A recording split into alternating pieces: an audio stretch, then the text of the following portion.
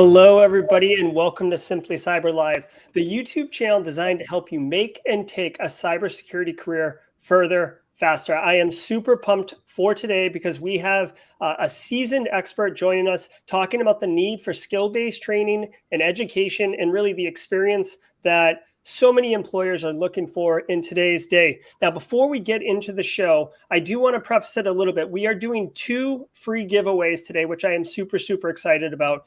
Compliments of Josh Mason and the whole team over at Cyber Supply Drop. One of the giveaways is going to be a month subscription, the professional level subscription to Blue Team Labs online. The second giveaway is the Cyber Mentor Academy's Movement, Pivoting, and Persistent course, and it's yours forever. So 2 great prizes. All you have to do is go over to the Discord, SimplyCyber Discord, go to the giveaway channel and hit the little, celebrate emoji, and you'll be entered. It's as easy as that. No purchase necessary. So, this skills-based training and experience, it's so important. We constantly talk about giving people labs and opportunity to really get hands-on keyboard experience. But, there's a broader conversation there. And today I'm super pumped to bring Ken Underhill onto the show. He's a cybersecurity executive with over a decade of experience in the industry. He's also the host of Cyber Life, another great YouTube channel, cybersecurity content that it's designed for sharing cybersecurity career knowledge and having the right mindset to work in the industry and helping you learn the different areas of cybersecurity, because it really is more than just Mr. Robot, right? Now, Ken, and this is very impressive, has been featured on Forbes, Reader's Digest, Medium, Tech Republic, Fox, NBC, and what I would consider a bucket list item and one that I'm striving for personally, haven't hit it yet. He was featured on Dark Reading more than once. So really awesome. I'm super pumped to have him. Let's bring him into the show here. Ken, how are you? Thanks for being with us today. Yeah, doing awesome, Jerry. Thanks for having me on. Always appreciate your work. You do some great stuff and share a lot of great knowledge with everyone. Thank you so much. Yeah, so Ken, we're talking about skills-based training, right? And we talk about it so often in our discussions with people trying to break in, and really people who are having a tough time with that chicken and egg problem of how do I get experience without getting a job, and I can't get the job without experience. What am I supposed to do? And I would argue really in our industry, specifically cybersecurity, IT in general has got some of this, but in our industry, if you can do the job, it doesn't matter if you have a high school degree or a PhD, right? If you can do the job, that means you can help me achieve my security objectives, and I want you, right? So it's really so important. But to that point, Ken, what is your thought on how higher education, like bachelor's, master's, PhD, how does higher education really factor into today's cybersecurity practitioners' marketability? Yeah, so I think you made a great point there, Jerry. In cyber, in even just in general IT jobs, it's not about who has a master's or bachelor's or PhD, et cetera. There is value. Don't get me wrong. There is value in having college degrees. Typically speaking, that's going to be when you're looking to move into management roles. So really, until you're to look at some of the more leadership roles in an organization, you realistically don't need a degree. Now, that doesn't mean I'm telling you drop out of your degree program that you're doing right now or anything like that. Please don't. Just understand that you don't need a college degree. You don't need certs, in my opinion, to get the jobs. So now you may be wondering, all right, well, how do I get the job then? He's telling me not to get degrees. He says I don't need that. I don't need certs. What do I do? I think one of the biggest challenges, and I've educated quite a few people around the world and mentored, tens of thousands of people over the years. And I think one of the biggest challenges, well, one of many, right? There's many challenges, but one of the biggest ones is that a lot of people are focused on getting a job where it says cybersecurity in the job title. And from my own experience, aside from the pen tester stuff I did, I had no previous jobs before that had cybersecurity in the job title. Things like network engineer. I did things around network security, right? I did things around some of the more analyst and forensic type of work, and even incident response. But the job title itself didn't say cybersecurity anywhere in that. And I've spoken with a number of people over the years that they're so focused on, let me find a job that says cybersecurity in the job title, that they miss out on the 10,000 jobs that they just skim through on whatever platform they're looking at. So I think when you're looking at higher education directly, it doesn't usually lead to a job. And you see that in any industry. I mean, you can go get a degree in English, major in English. Does that mean you're going to be working in English? You know, maybe you'll get a job as a teacher or something if you get some licenses and stuff. But realistically, most college degrees out there, and this is just my opinion, but most college degrees out there are not going to prepare you for the vast majority of jobs. You know, there are cases, you know, lawyer, doctor, accountant, you know, things like that. But especially in cyber, most programs out there, they do their best, right? But the thing to keep in mind about college programs is they have to go through a process for accreditation and building their curriculum, et cetera. And cyber especially changes so fast. I mean, literally today, there's probably been 400,000 new strains of malware out there, you know, coming out. So there's no way that a college program or even certifications for that matter can keep up with that stuff. So just understand that none of that stuff is directly related to a job usually, but that doesn't mean you shouldn't do it, right? That doesn't mean you should drop out of your college program right now or that you shouldn't look at it. I have college degrees, so does Jerry, but I didn't have college degrees around cyber when I got my start in the industry, you know, and I worked from IT into cyber from nursing, but I didn't have degrees, right? So all I'm saying with that kind of long-winded answer there is that a college degree in itself, a certification even in itself, doesn't guarantee you that you'll actually get a job in the industry. Yeah, absolutely. I mean, that's, you know, a personal story. It was a stark reality when I graduated from my undergrad with a computer science degree, not cyber.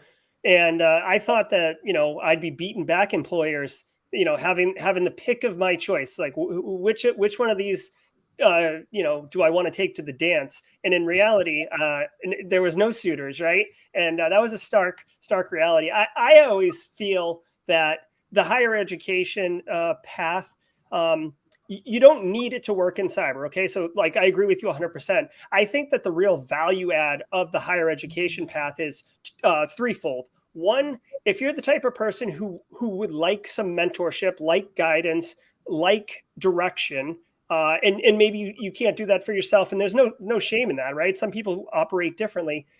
Higher education can give you that. Second, you know, a good cybersecurity program will give you a broad exposure to the industry, right? So like you're going to be a dynamite red teamer. So you're going to do EJPT and then you're going to go in and get OSCP or whatever. Like that's awesome. But like you may not really even have a clue like why governance, risk, and compliance even matters, or understand how it fits into the architecture of a functioning, you know, strong information security program. You just understand how to pop boxes, and that's cool. That is cool because we need people to pop boxes.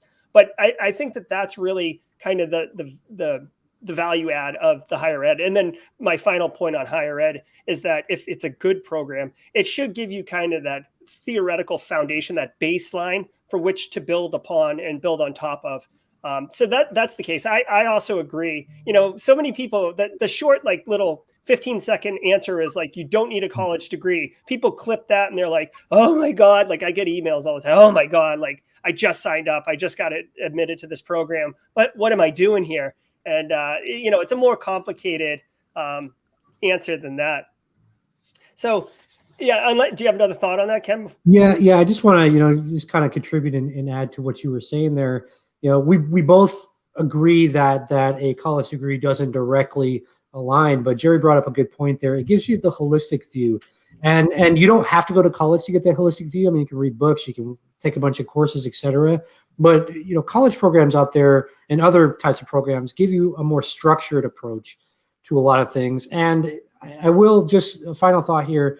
If you do decide to do college, it doesn't have to be cyber. I mean, I know a ton of people with psychology degrees and actually English degrees, like I mentioned earlier, and history. And I mean, I even know someone that has a art history degree, and they were a magician before, and now they're in cyber, and they're great pen testers. So the college degree, again, doesn't mean you're going to get a job in industry, but it's more about having a holistic view, because as Jerry mentioned, coming into the enterprise, if you don't understand how the different pieces of the puzzle work together, it's great that you can hack that one piece of the puzzle. Hmm. But what about everything else over here, right? And because you don't understand that, or you don't at least have a high level view of those other things, there might be a faster route into that box, right? Because you understand this thing of it, right?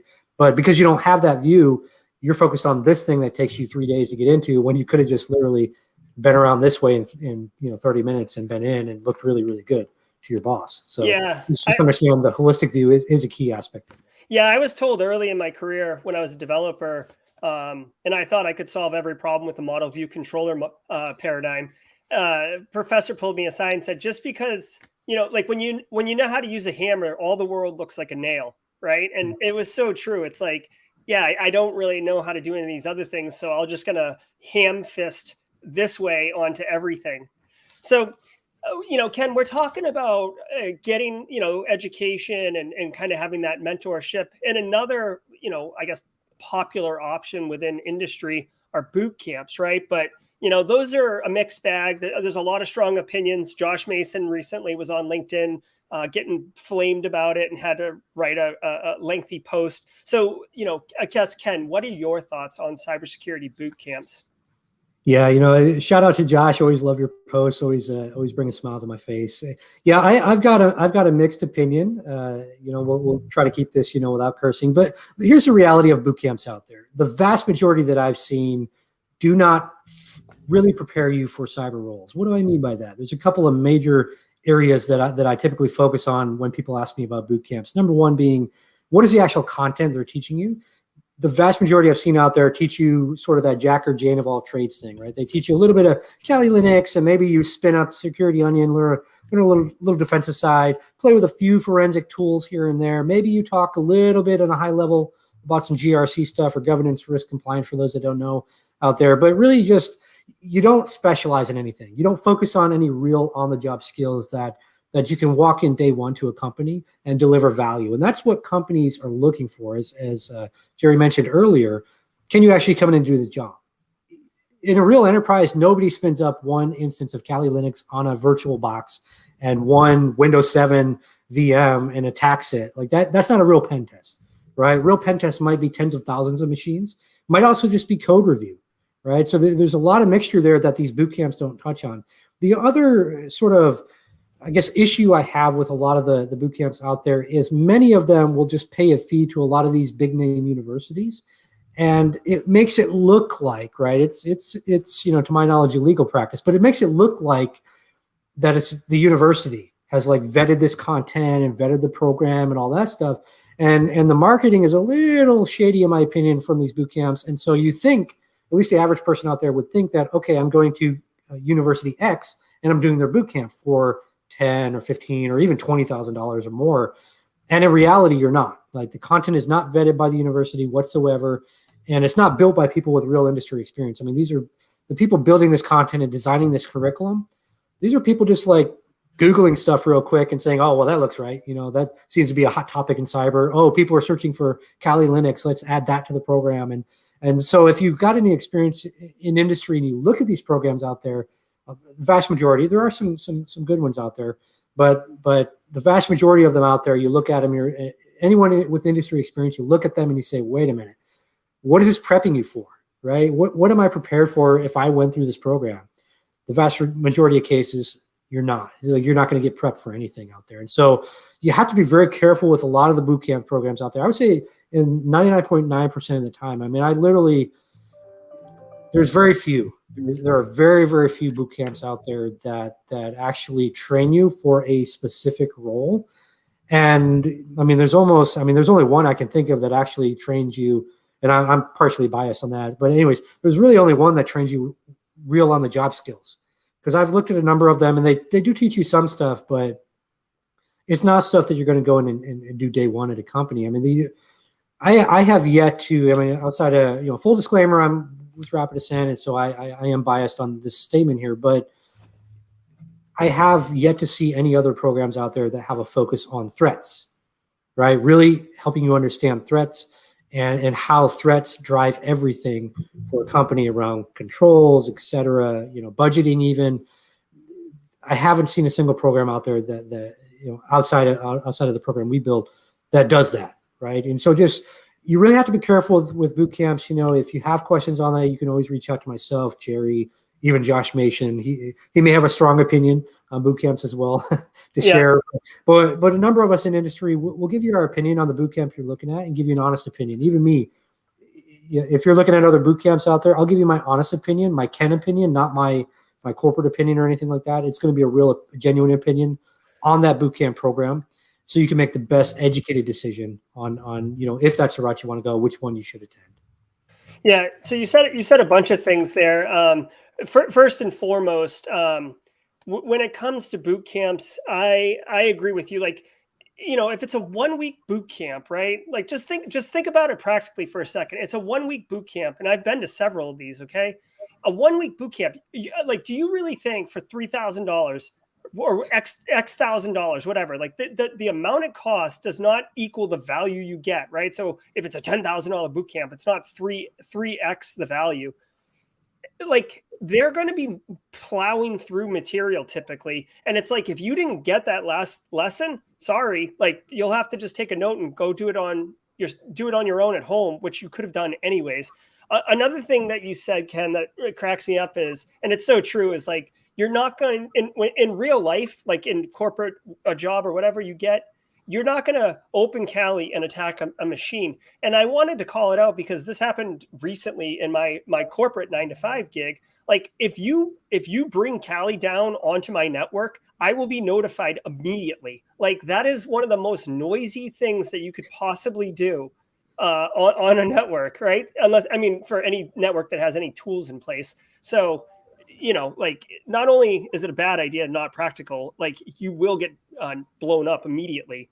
And then the final thing that you mentioned that I agree 100% with is like, those boot camps really are just a little bit of everything. So you're just getting like concepts and introduced in awareness. You're not getting that, basically what this talks about, skill-based training, right? Like, you can't leave the boot camp and practically, in most cases, go get a job and be like, oh, I'm qualified in Splunk or I'm qualified in whatever, because unless you're using it, you typically can lose it. Now, I know we had some questions that we talked about beforehand, but something you just mentioned that really is interesting is you mentioned Rapid Ascents based on like threat-based curriculum. And I thought that was interesting because when I think about it, of what the curriculum is of the boot camps that I've done, it really is just like, here's a skill or here is a technology, and you like literally just punch through it, right? There's really no, I don't want to call it no organization to it, but it's really just, we're going to cover the entire gambit, whether it's a limited used function, right? So like, for example, forensics, right? Blue team analyst, SOC analyst, right? You're going to do a lot of like SIM work and investigation and stuff. And you're very, very seldomly going to do like malware analysis, like practically, unless you're a malware analyst. But like a boot camp might put the same weight on malware analysis as, running around in the SIM. And as an individual who has no, point of reference, you don't know that's not as practical in reality as the other stuff. So I'm actually kind of curious. Can you kind of just elaborate a little bit on how you guys use threat-based curriculum? Because that's really interesting to me. Yeah. So, to a point, I think you were driving to, Jerry, and correct me if I'm wrong, but basically, what's the context of this thing I'm learning, right? And so the way we do that, everything, as I mentioned, threat-based. What does that even mean, right? That means if, for example, we're just teaching you some fundamental networking stuff, we're bringing threats into it. So yes, you may not, let's say you're totally brand new to all this stuff. You may not understand everything, right? You don't know how to do incident response, any of that stuff, but we're putting in a context of, all right, this is why you're doing this thing, right? This is why it's important, for example, to understand the OSI model as kind of a framework to use as you build out the architecture of your organization, or as you do this particular task. This is why, because for financial services, this threat actor does these TTPs, right? Or tactics, techniques, procedures. For those that don't know what the terminology means, I'll try to, throughout the session, I'll try to make it where if you're totally brand new to all this stuff, we don't confuse you at all. So I'll try to explain things a little bit. So if you're experienced, just bear with me on those things. But understanding, okay, this threat actor in financial services or healthcare or whatever, these are the typical ways they get in. Now let's go ahead and do this thing. And typically the way we do it, Jerry, is maybe networking is not the best example. Let's go a little more advanced stuff. we throw you in it. So back in the military, when I served there, the basic medical course I went through, the first thing they did day one, they came in with fake blood and sprayed all of us with fake blood from this SimMan arm thing, just to like hosed us all with fake blood. And then they came in and instructed us and said, look, when you don't stop the bleeding, this is what could happen, right? If it's an arterial bleed, it's going to spray all over you, whatever. That was impactful, right? You remember that, even though it was fake blood, you remember when you're hosed and dripping wet of fake blood. That carries with you throughout your career. Similar thing in cyber, right? We generally will in our instruction own you. What I mean by that is we'll hack your stuff.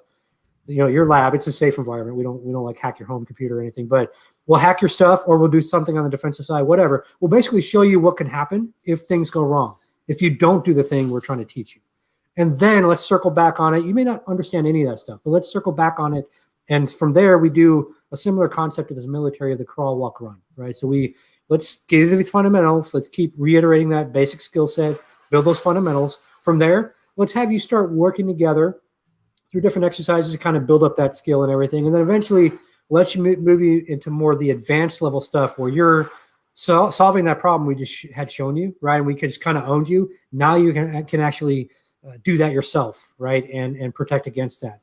Why do we do it that way? Because when you're really on the job and you have an over-the-shoulder mentor that's guiding you, that's somebody experienced in industry, they do the same thing, right? If you think about it, they'll have you learn some stuff on your own and kind of play around a little on your own after showing you or discussing some of the things that can happen if this thing happens, right?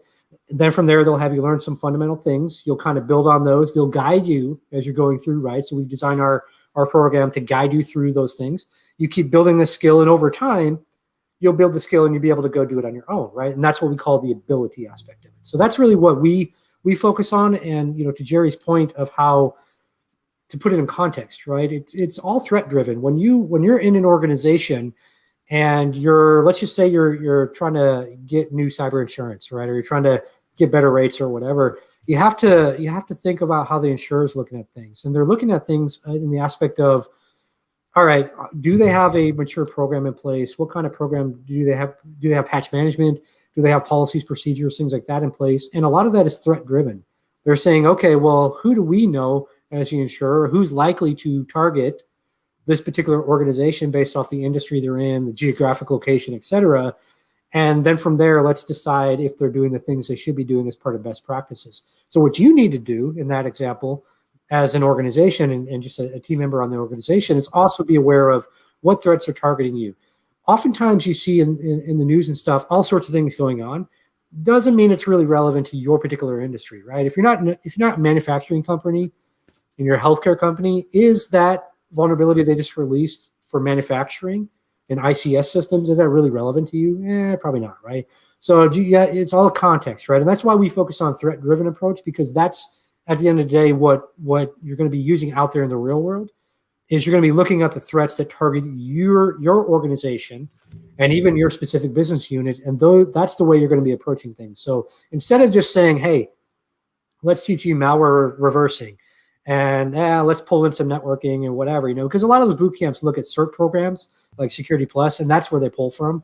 Like, oh, you need to learn hacking, so let's teach you Kali Linux and a Windows 7 or Windows XP box, instead of teaching you how to live off the land, right? Instead of teaching you things like Bloodhound, which you can use for enumerating Active Directory, which basically all that means for those that don't know enumeration, you're mapping out the pathways to get the things that you want as an attacker. These are the common methods that attackers are using. That's why it needs to be a threat-based approach, because you need to understand how are the attackers that are focused on your organization or the organization you want to work at, how are they doing things? None of them are spinning up Kali Linux and trying to, to what Jerry mentioned, everyone knows to flag for that stuff, right? Unless you've been off the grid for a long time as a company. But in today's world, a lot of this stuff is flagged. That's not realistic, right? So most of the boot camps out there, in my opinion, are not realistic in what they're training. And that's why we've taken a threat-driven approach. And the last thing I'll add here is that we're a team of people that have actually been in industry, that have been there, done that on both sides of the fence, right? Both the offensive side and pen testing. A lot of us have worked in that space, as well as incident response, analyst stuff. I mean, even GRC, risk analysis for a number of organizations, both public, private sector, et cetera. So instead of it being someone that just said, oh, cybersecurity is a hot topic, let me invest some money, hire some people to go look at some certs and build out a program and try to make money off people. We recognize some of the issues out there, and we're like, look, it's great to make money and everything in business. Obviously, you want to in business, but at the end of the day, we need more people that have the right skills to help us, because the skills gap isn't just let's get a bunch of people with Sec Plus or CEH or CISSP, which is the one we all keep joking about on LinkedIn that's in entry-level job postings. But it's not about that stuff. It's about the real skills and abilities that you can go out there and bring value to the team on day one. Absolutely. So it's interesting.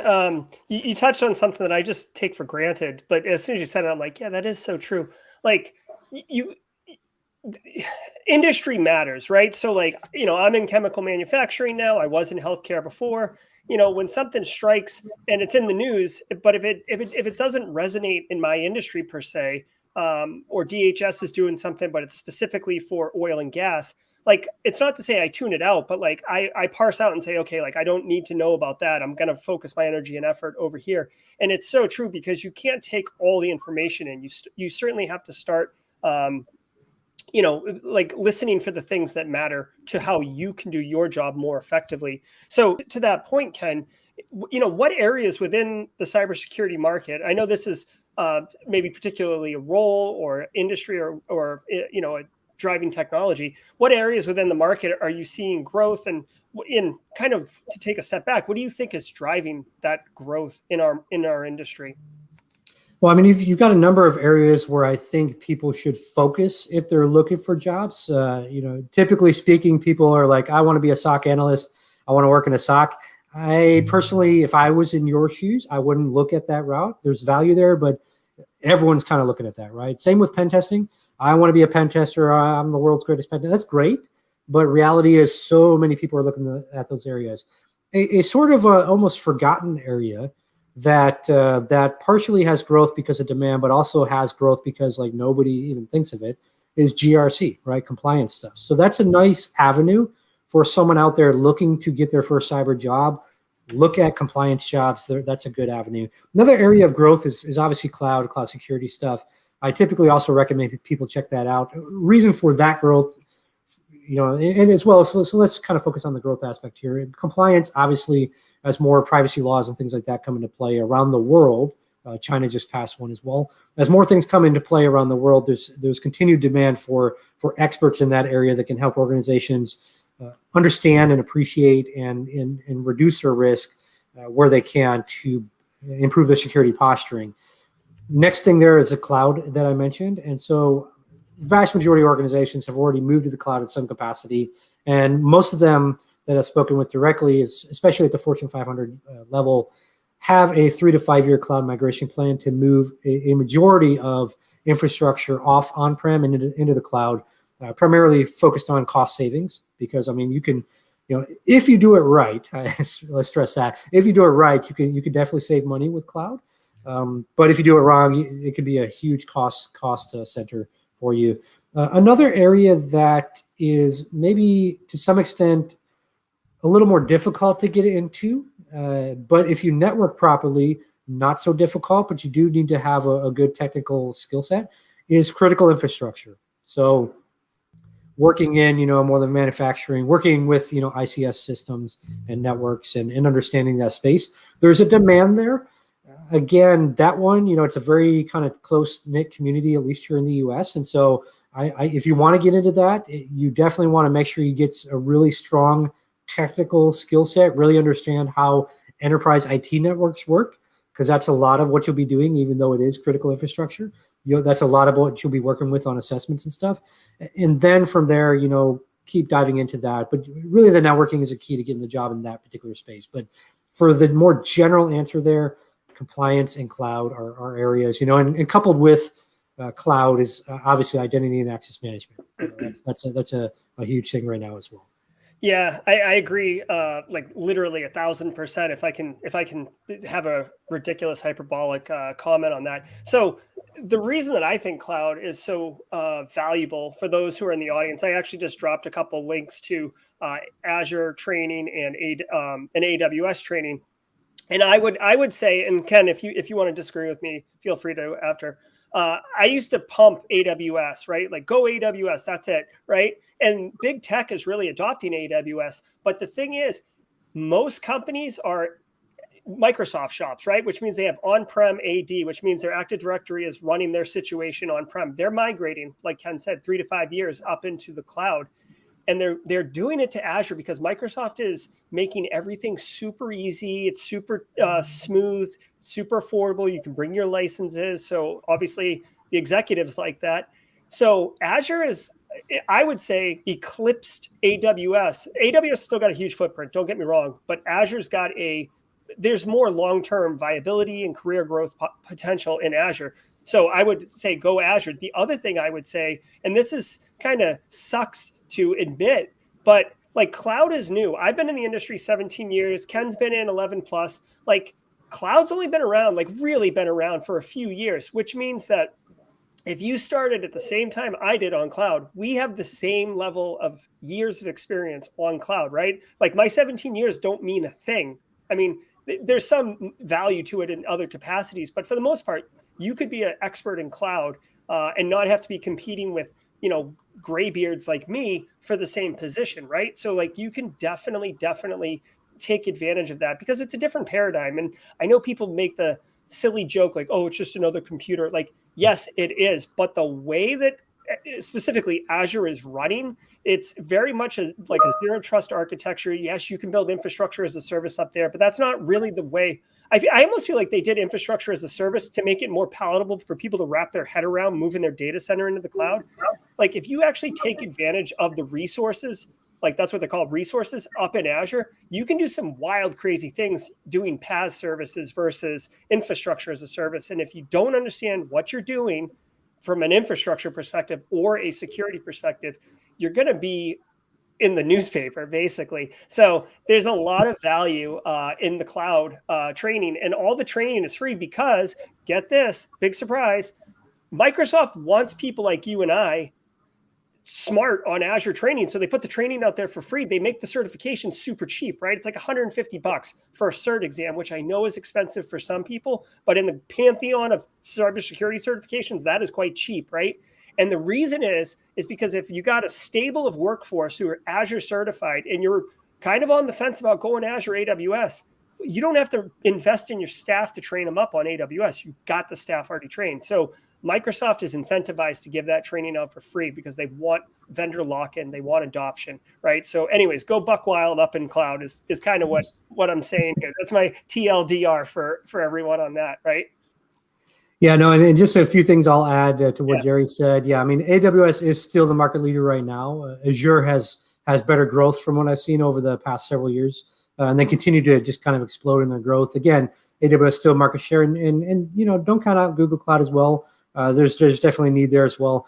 Mm-hmm. One additional thing I'll add there is I think it's important to get foundational knowledge in both Azure and AWS. And as Jerry mentioned, the cert exams are really low cost. I mean, if you just look at like Sec Plus, I mean, I think it's probably $250 to $300. I forget their pricing now. I think it's $359 now. I just did a video on it recently. Yeah. It's like, okay, that's great, but like you come out of that and like everyone has that. Essentially, like you're not getting a job, but you can go get a decent voucher, $150, $250. I think is maybe the max on some of the ones I've seen for the cloud space, and you can get a couple of fundamental certs, and that's really enough sometimes to get you with some projects that you do on the side. That's enough to get you cloud architect role, which then within a matter of months, you're making 6 figures. Whereas, your friend over there gets Security Plus and they're still looking for a job a year later and you're making 6 figures, I don't know, driving a Ferrari. Who knows? Your friends over there are still, struggling to get a job. So it's a hot area, as we both mentioned. If you're looking for a job, it's definitely something you want to check out. The training, as Jerry mentioned, is either free or low cost in a lot of cases. And, the thing I will say is focus on building your hands-on skills and doing some projects so you can show a potential hiring manager versus just passing a cert. I want to stress that. Like, certs don't matter. Don't just be a piece of paper. Actually be able to come do the thing on the job that you're learning the cert stuff around. Yeah, absolutely. And before I want to take a couple questions from the audience, Ken, Sure. because people are dropping some good questions in here. I just want to remind everybody, we got maybe 10 more minutes left on the giveaway. So jump in the Discord server, go to the giveaway channel, hit the little celebrate emoji. It's free to enter, and they're both excellent prizes. So I want people to take advantage of that. And also a special shout out to Differ Diva, because I made an example shooting from the hip earlier about how malware analysis isn't something that a lot of incident response groups do, and she's up to her elbows in malware daily. And I was speaking kind of flippantly and just pulling one from my hip there. So Yeah, no, it's just on that. Isn't Elaine great? I mean, check out the Differ Diva blog site. She's got so many resources over there for free. It's just she's just a wonderful person, and I know she's shy. She never wants to jump on the videos with me either, but definitely a great resource. I recommend you check it out if you're looking on the incident response and forensics and malware reversing side of the house.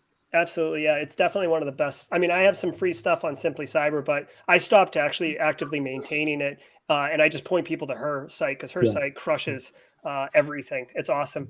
So Ken, Pinto had a question here about in the GRC field, whether there's a lack of professionals, how can you train for it? He's got personal interest and he wants, some technicals. So what are your thoughts around this? Yeah, so number one, yeah, there's a lack of people just in general in the GRC space, and how do you train for that? So there's a number of ways. There are some certs out there like CIAPP. May not recommend that for kind of entry level. It's a little pricey. There's another one. I forget the name of the organization, but they have a couple of GRC certs I think the fee was like $300 when I paid for that. That includes the training and 2 certs, which is actually pretty decent value, including the vouchers and like all that for $300 US was the pricing. I don't know if that's still the pricing. I forget. It's like GREC or something like that. I can't think of it. I'll share that with Jerry so he can post it in the comments later after this. I'll look it up. And then I will say that you don't need certs, because I know someone that went from selling swimming pools to doing compliance, right? So the way that she did that is she focused on one framework, like NIST or ISO or whatever, and she focused on one thing and mastering that, and focused on that, and then worked on mastering the others, right? So my suggestion for those out there that are looking at GRC as a career field, number one, start searching for jobs and identify what they're looking for, right? Are they wanting to have NIST frameworks? Are they wanting you to focus on ISO or a combination of all? If so, dive into those frameworks and understand them. Don't just dive in and like memorize stuff, but understand how an organization might use those. And you can find a ton of YouTube videos. You can find a ton of free resources online. There's a ton of low-cost courses as well you can find out there. Mixture of quality on some of those, but there's a lot of resources out there. I always tell people start with YouTube, where we're at right now. Start with that, because there's a lot of free stuff out there. But definitely look at the jobs in your area that are open, and then from there, let that kind of drive you. Again, you don't need certs to get in that space at all, and it's a good spot for entry-level people, especially if you don't have a strong technical background, like you didn't start in IT or something, like many of us did. Focus, that's a good area to focus on, and that's kind of the way you do that, right? I always tell people, for no matter what you want to focus on in cyber, whether it's compliance or not, look at the job postings first, see what they're looking for, and then from there, identify some of the skills, not the certs, but focus on some of the skills that they have listed, and then focus on learning those particular skills or knowledge that they have in there. Yeah, absolutely. And so I came up in GRC, right? So I have a technical academic background, but I got in through GRC, and it really is a great on-ramp, especially if you are not technical, because you're able to engage with technical people and basically slowly build yourself up on those skills, but still be practicing in the field. One thing I would say is think about it from the employer's perspective, right? Like CMMC, just so you guys know, CMMC is this new standard that the government's going to be requiring anybody doing business with the government, right? So there's tons of contractors that do business with the government. It's a whole industry, right? And you have to have this certification, and you have to be compliant with CMMC standards. There are so many, like I just recently switched jobs, right? And I was like interviewing and stuff, and everybody was like, what do you know about CMMC? What do you know about CMMC? Because the businesses don't know. All they know is, here's the standard, I got to comply with it, or I'm not going to be able to make money. So they are like, hey, market, does anyone out here know anything about CMMC? And like, if you raise your hand, they're going to be like, hey, you in the back, come to the front, right? And that's going to be your ticket. So especially in GRC, I would argue like being a master of one versus a jack of all trades is definitely going to benefit you. And hopefully you do your due diligence and go for like CMMC or HIPAA or like something that's in demand, right? Like, unless you're going to go to Europe, I feel like ISO 27000 is kind of deprecated or less popular. So just a suggestion, especially CMMC, because that's about to topple, right? That's a thing that's coming in probably the next 3 or 4 months, just so people know about that. All right, yeah, so I would. I'll just kind of concur with that, Jerry, real quick, and just mention that there's such a huge demand for CMMC, and as part of that, if you want to like educate on CMMC, there's a whole kind of process you have to get through, and in addition to that, they only have X number of classes for that every single year. So that's one over the next several years that will be definitely one you should take a look at and try to see if you can get certified by the nonprofit organization that does that. Again, the name eludes me at this time, but definitely something else you want to look at. Jerry just dropped a gold mine for you right now. He just dropped the crown jewel of GRC for the next several years, at least in the public sector here in the U.S.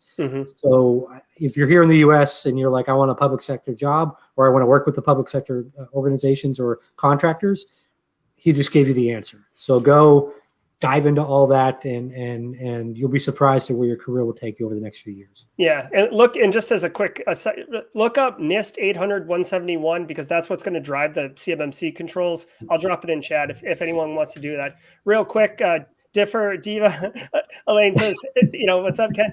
Jupiter, thanks for the super chat. Appreciate that. Congratulations on passing your 601 sec with the 767. Nice. RB here, we'll take one more from the crowd, and then we'll kind of go back on schedule here. What are your thoughts about data science? Now, RB says trying to pick up another skill set in the field. I've got some thoughts about data science's position in cybersecurity, but Ken, I'll flip it to you and get your thoughts. Yeah, no. So I think it seems like RB, and I'll kind of answer this maybe two ways or in a coupled approach, but it seems like you maybe have industry experience, if I'm understanding that, and you're just kind of looking like, hey, what if I also add data science as a skill set? I'm just going to answer it in a more generalized approach for everybody. And yes, the answer is yes. Of course, there's value there, right? And I think in a number of ways that maybe people don't traditionally think of.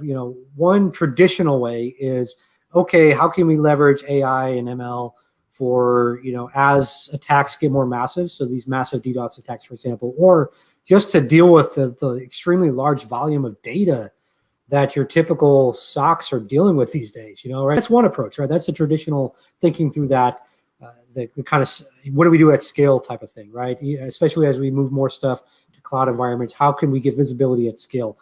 I think another area where people maybe don't think of using it is, what about in universities and other other types of educational programs? How can we leverage visibility of the data that we're gathering? Maybe we're gathering information on students for some of the requirements we have with regulatory bodies. I think another aspect that I've seen it used in is in financial services.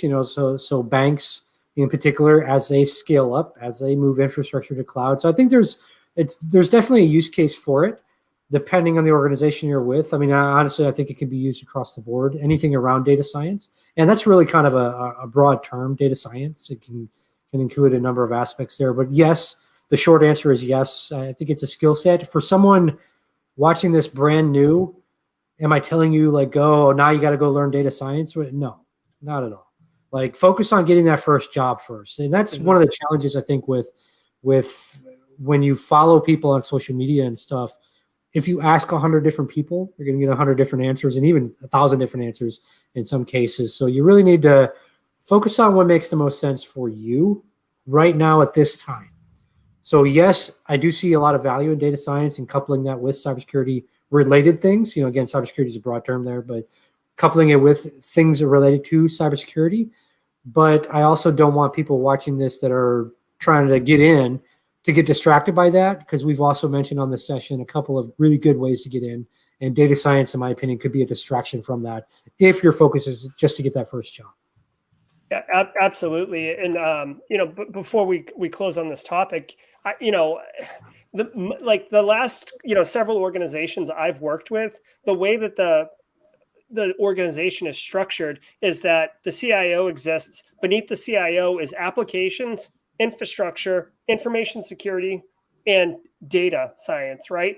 So like corporate America is not even seeing data science as a capability within cybersecurity. It's a separate skill. So I would agree. I mean, for me personally, it's more about keeping the data science people from like putting their data everywhere and commingling it with other people's data set, because that's what data scientists people want to do. They want as much data as they can, and they want to put it everywhere and stick it in big compute engines and stuff. So you got to keep your eyes on those people. All right. So Ken, the next question I got for you, and I really want to, hold on, I'll figure out how to get rid of this. The next question I got for you, and I'm really, really curious. When I wrote this one, I was like, oh man, I can't wait to ask Ken this one. Okay, so check it out. Like the last year and a half, the world has been turned upside down. I haven't gone into an office, and I don't even remember the last time. I do wear pants to work, even though, everybody makes the jokes about working from the neck up. But Ken, tell me what your thoughts are around how the digital transformation, meaning remote workforce, work from anywhere, zero trust architecture, like with that paradigm, how has it impacted the cybersecurity industry and the market in general? Yeah. So, I mean, what event were you talking about, Jerry? I don't know what's happened in the past. So, I think what we had seen is that, the more, and, I'll use the term forward thinking companies kind of loosely here. And the more forward thinking companies already had preparation for this, right? They were already allowing, in some capacity, employees to be remote and work from home, and they found that they were productive, et cetera. And they already had measures in place, whether that's VPNs with, multi-factor authentication or zero trust in place. And so those forward-thinking companies were prepared, maybe not at scale. Nobody expected the pandemic. I don't want to say the C word, because I don't know if this will get bumped down in the YouTube algorithm because of that. So the P word that I just mentioned, that thing happened, right? Which we all know about, or unless you've been living in a cave, you don't know about, but everyone else, we know about that. And so even the forward-thinking companies, I think, maybe didn't necessarily think at scale of what could happen, but the other companies were essentially caught with their pants down, they had their shorts on, so to speak, right? They didn't have their dress pants on or whatever for the Zoom call. Mm-hmm. And so with that came the attackers making a pivot, right? I mean, threat actors are going to pivot to whatever is easiest approach, whatever makes them if their focus is intelligence, whatever gets them that intelligence faster, easier, et cetera. If their focus is financial gain, whatever gets them that financial gain faster, easier, et cetera, right? They're, please don't target me, threat actors. They already are. Who cares? But the reality is there's laziness, right? Like, just as human beings, in a general sense, we take the easiest route if we can, and the one that gives us the biggest bang for our buck, so to speak. That's how we think, right? And again, going back to the aspect of focusing on threats, and making that drive everything. Here we are talking about this in this context, right? Where the work from home thing, where we all kind of had to like work from home all of a sudden. This allowed a bigger issue, right? The bigger issue being that we may be prepared for 20 people in our company working from home at any given time. Now, all of a sudden, overnight, the IT department, security teams, we had to spin up everything for maybe 5, 10, 20, 100,000 people. And, this comes with challenges, right? Comes with challenges both from the attacker sense of more attackers are leveraging this method. They're trying these remote things to get in. They're also targeting our employees' devices because they know that Jack in accounting maybe doesn't have his home computer patched up properly. And in most cases, Jack in accounting probably still does not have his home computer patched up properly. Same thing with mobile devices, the bring your own devices. We started to do that in some capacity over the past several years, but now we're relying on both employee home networks. To some extent, we're also relying on employees' home systems, right? Their endpoints. And let's be real here. Let's be realistic. And our employees are not going to be updating their home stuff to the capacity they would want to, right? So those are some of the challenges we faced. And then, on top of that, spinning up all these things, right, and hitting capacity here. The challenge with that is anyone that's worked in the cloud space and spinning up stuff will tell you is that there's room for error, right? There's room for human error as we add more complexity to things. And so you may have some misconfigurations on things, et cetera. So just a number of different things to think through there that we experienced, over the past year. We had also seen, a number of different types of attacks, right, against different infrastructure that maybe in normal times, quote unquote, as I'll say it there, we didn't see the massive attacks there. So healthcare being an example, right? There was a lot of attacks against research around, the C word thing. And so some of the research on vaccines and things like that around that. So just as the thing happened, the P word happened, we noticed that, number one, the attack surface exploded. Number two, the attack focus itself was usually different, right? It focused on healthcare, it focused on our home users with ransomware, things like that. And, we had the complexity of scale, right? Where we had the misconfigurations, where we still have those issues in a number of organizations, where maybe we didn't have two-factor authentication enabled on our VPN infrastructure, and all of a sudden, poof, we have this issue now. Maybe organizations were not leveraging things like zero trust, right? There's some organizations I've worked with in the past that come to mind that probably don't even have two-factor still on their VPNs. I won't name them, obviously, because then they'll be a target. Right. They're probably already owned. Let's just be realistic. But all these things, right? There's a lot of complexities there with the thing that happened, the P word there. And I think a lot of organizations we had seen were kind of essentially caught with their colloquial pants down, and they didn't know really what to do at first, right? I think we've gotten a little better over time as things have gone over the past year here because, and I'll give, kudos to everyone in industry that's been sharing their knowledge. A number of us out there have been doing like free webinars for, small business owners to help them get up to speed, because these are things they never thought of, right? And now they're targets.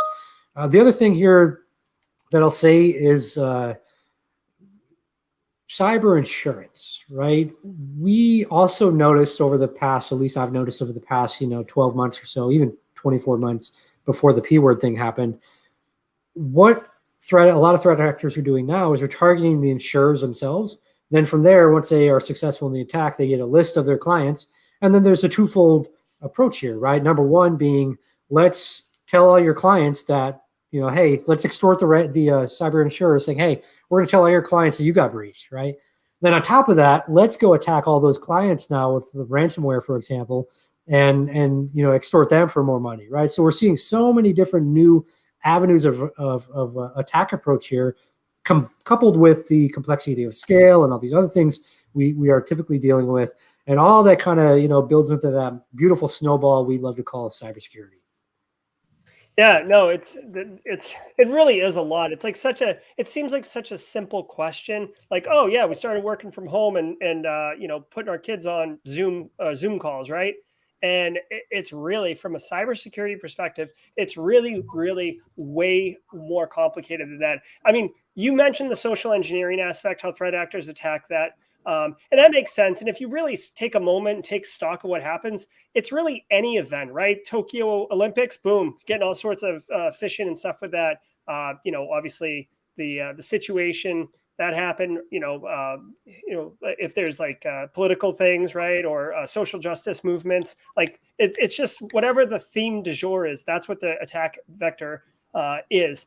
Now, one thing that I really thought was interesting, and thank goodness that it's funny how businesses can find money. Most businesses operate on annual budgets, right? So this whole thing went down in like March, right? And people started working from home March 2020, and a lot of businesses weren't set up to handle, like, yeah, we got 20% of the workforce that can work remotely. We're set up for that. Now we have 100% workforce. Like, our bandwidth doesn't fit that. Our Cisco VPN configuration doesn't support that. Like, all sorts of really figuring out what we talk about business continuity and disaster recovery, and we've got written documents that look great. And maybe we test, like we restore one server, but like this was a really good test.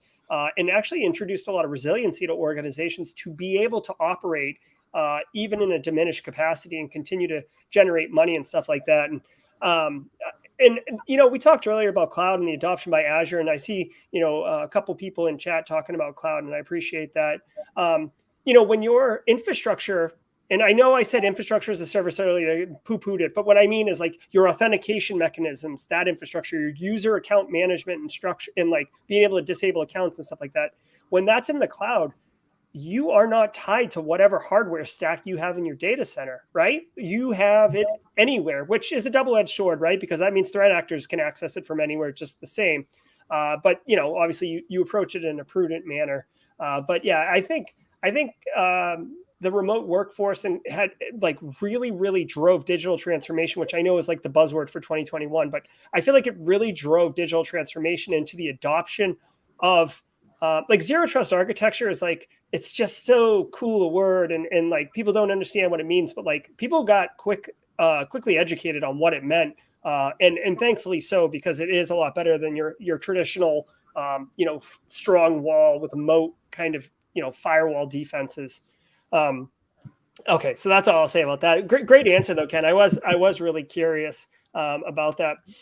Yeah, just one additional challenge I'll just mention, as part of that, you mentioned the budgets of organizations, annual budgets. A lot of companies out there operate on an extremely small window of profit. And so those types of organizations, when things happen like that, they're already, budgeted out and barely kind of making it, scratching through things. They have to then take that pivot on the mindset and say, okay, yes, it's a cost right now to do this, it's an investment, but what if we don't do that, right? Can we still actually sustain operations? So, yes, it may be a cost. We might be in the negative through this next 12 months, but long-term, will that then, allow us to maybe win more contracts or get better contracts or whatever? So there's just so many facets to this issue. It's not just a simple, why don't companies spend more money type of thing. It's there's a lot of factors depending on the company. So I just want to surface that as well for those that aren't aware of kind of how enterprise level or even small businesses. I mean, a lot of them are working on very, very minute margins, very scraping by. It's extremely complex. A lot of these problems. It's not just you show up and patch a server one day, right, or that you show up and run some Kali Linux. It's not going to save the day. There's a lot of issues going on here. It's funny you say that too. Like we've got a couple seasoned people who are chiming in the chat here. Brad Larson is one, an individual named Randall Young, and I really appreciate their chiming in. But Randall's got 40 years of experience. Brad's got 25 plus, and you're talking right now, Ken, about like understanding how enterprises work, and we focus so heavily on developing skills and doing skills-based training, but it's always like, this is how you run a SIM. This is what malware analysis is. This is, how you do an audit. And there's really never any exposure except on the job training of what an enterprise works, like how budgets work. Like, yeah, you don't have to understand how budget works, but you need to understand that you're only going to get money once a year, and you better make a really good, compelling argument that a business person who has zero IT experience can understand. And like you'd never get that unless you work in the industry. And I do feel like that's a shortcoming of a lot of the training in our industry and probably in other industries as well, because it's really focused on executing the role in the job and not operating as a corporate citizen within the dynamics and bureaucracy of corporate America. Yeah, no, I 100% agree with that. I've seen the same thing. Yeah, a lot of times we focus on kind of the tools and what do we do at sort of the lower level. A good analogy here maybe is fast food, right? I worked fast food long time ago. I won't date myself, but a long time ago. And I did the fryer, I made the burgers, whatever. Here's the thing. I wasn't exposed to the decisions, at least when I first started, at more of the managerial, the executive level of like how what I was doing fit into the bigger picture.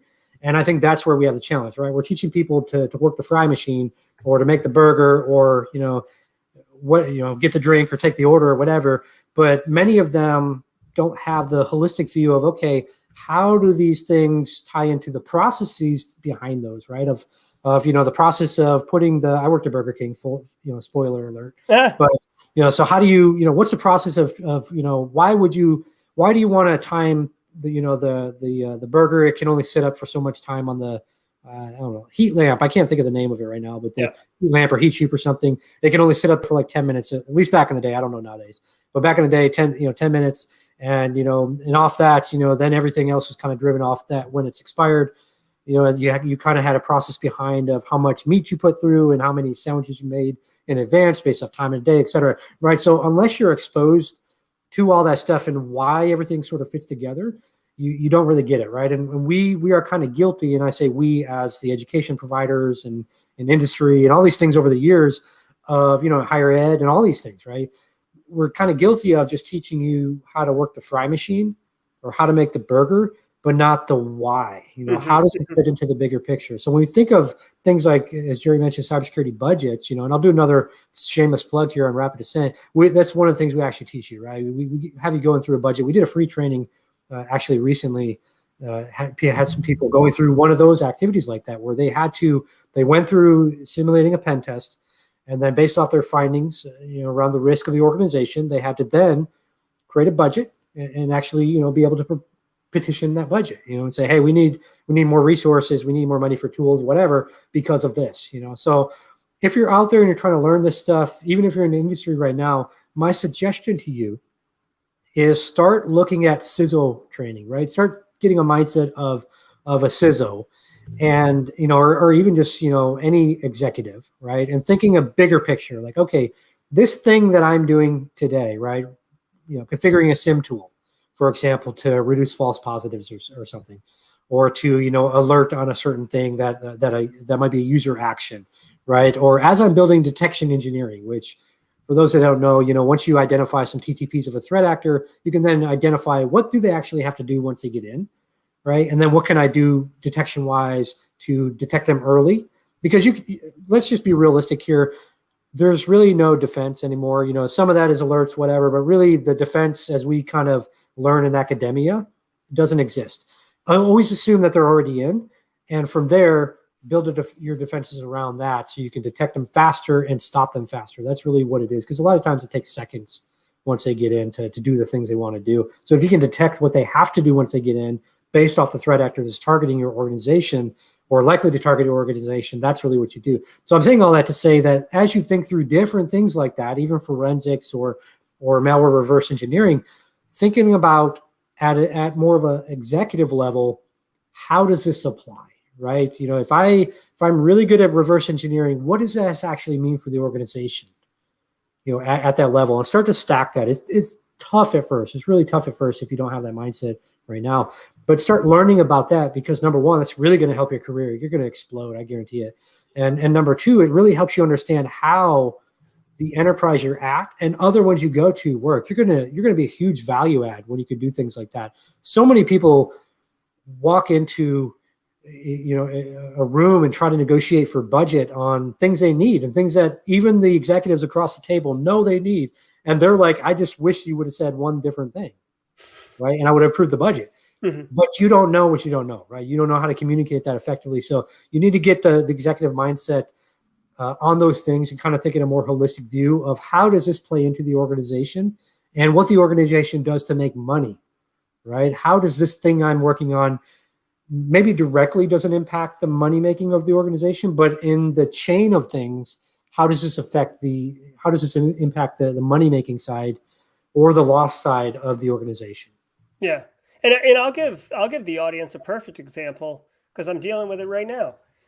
We as cybersecurity professionals all know you shouldn't use unsupported or end of life operating systems, right? Like you shouldn't have Windows 7 anymore, period. You certainly shouldn't have Windows XP, but let's be real and stick with Windows 7. Okay, here's the deal. The business spent, I'm going to use round numbers for this discussion here. The business spent $1 million a couple years ago on outfitting the org with Windows 7 because you made a big stink that Windows XP was end of life. Okay, good. Now you're telling them that they got to get on Windows 10, right? And it's going to cost X amount of dollars. Why, Jerry? They work fine. The apps run on them. There's no problem here. Well, yeah, there is a problem because if someone gets in there, they're going to be able to pop them. If someone takes it home, they're going to be able to pop it. But they don't understand that. They don't care. They just say, why should I invest in why should I fix something that is not broken, right? And that is part of the challenge of understanding. I mean, we could do a whole different talk on speaking to the board on getting money, but this is a real example. Just because we all know that having Windows 7 is a terrible idea does not mean that the business is going to just open their checkbook and be like, how much do I owe you? Right? Like, you've got to make that compelling argument. And really, this is why CISOs, in my opinion, come from the GRC track more often than not. They can come from the other tracks, but more often than not GRC, because they get that risk skill and they're able to communicate effectively in a very succinct way what is the risk to the organization if you do not make this decision. You do not need to fund my Windows 10 migration, but understand, if you do not, this is the risk that if it's realized, I'm not going to say I told you so, but I'll have it documented in my risk acceptance thing that you said it was cool, and it's not cool, right? So, that's just a perfect kind of tangible example for people to wrap their head around about that piece of it. Yeah, and just one thing I'll add on that. I work with an organization. I won't even tell the industry because that might probably give it away. But essentially, they were using outdated software application they had paid, millions for, maybe I don't know, 10 years before. Worked fine. Obviously it was outdated, but it was segmented. It wasn't externally facing. The challenge was they wanted to upgrade their infrastructure to migrate away from legacy OS and also do some cloud migration as well. And, the challenge there was this legacy software that worked fine again. And there was no, in the executive level, there was like, well, why would we change? It's working great. The problem is that didn't work because the company went out of business. So it was just kind of there, right? It wasn't updated or anything.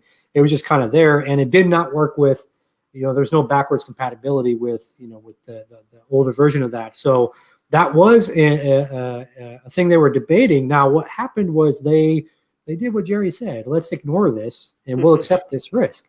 And what happened is they got slammed with ransomware because they had outdated externally facing infrastructure. They got absolutely owned, knocked out for a few weeks, in fact. And then all of a sudden, hey, the wallet opened up. and so when we talk about things like this, we're just trying to stress that it's always better to be able to negotiate that up front and allow executives to make, the executives in charge of budgeting to make an efficient decision that's informed. And then, from there, that's their problem, in my opinion. I just like, hey, it's your problem at that point, right? I gave you all the details you needed. And if you decide to make that approach, then from there, like Gary said, it's documented and it falls on you at the end of the day and not me as the person bringing it up to you. Yeah. Yeah. And we're now, this is a really good conversation, Ken. We're getting into the context of, what is the CISO at an organization or the person accountable for information security? If there is a breach, if there's ransomware, are they liable, or are they simply, and this is the position I take, albeit it might be considered cowardly, are they an advisor to the business? I am an expert in cybersecurity. I understand what the risks are. I will explain it to you, and I will be your consigliere, and I will explain to it. But at the end of the day, you are the one who has to make the decision whether or not you're going to do something about it, which always, basically turns into money. And I was explaining this, I teach too. I was explaining this to my students this morning. You can't fund everything. There is a finite amount of money that you're going to get, because at some point it's going to cost more money to protect than what the revenue that the assets generated in the first place, right? So you've got to be real. So there is risk that you will accept, but you've got to make it clear to them on what they're accepting and what funding would mean to them if they do it. So I'm an advisor to the business, Ken. I'm not accountable for information security. I love it. Yeah. Yeah. I'm slippery like that. Yeah. Yes. So Ken, we're kind of wrapped up on time here, but real quick, if anyone in the audience, and this has been a great audience, we've been static with our numbers here. So I really appreciate everybody in the audience joining today and visiting with us and listening to Ken talk about all these great topics around skill-based training. But Ken, if someone wanted to follow up with you, have a conversation with you, maybe get a question they didn't want to ask answered, what's the best way for people to connect with you? Yeah, there's a couple ways, I guess depending on the thing they're trying to get answered. More general questions, just reach out to me on LinkedIn.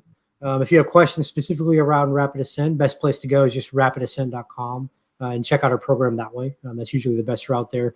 But yeah, if you have direct, kind of more general questions around cyber careers and whatnot, just I'm most active on LinkedIn. I do have a Twitter. I haven't checked it in probably a month. I probably should.